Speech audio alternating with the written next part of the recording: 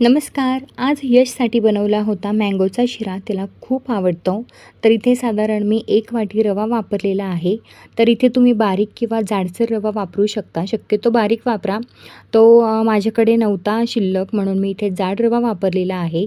खमंग तुपामध्ये भाजून झाल्यानंतर इथे मी त्याच वाटीने 1 वाटी दूध ॲड केलेलं आहे. दूध छान असं मिक्स झाल्यानंतर चवीनुसार किंवा तुम्हाला जेवढ्या प्रमाणात शिरा गोड ठेवायचा आहे तेवढ्या प्रमाणात यामध्ये साखर टाकायची. मी इथे जास्त साखरेचं प्रमाण वापरलेलं नाही.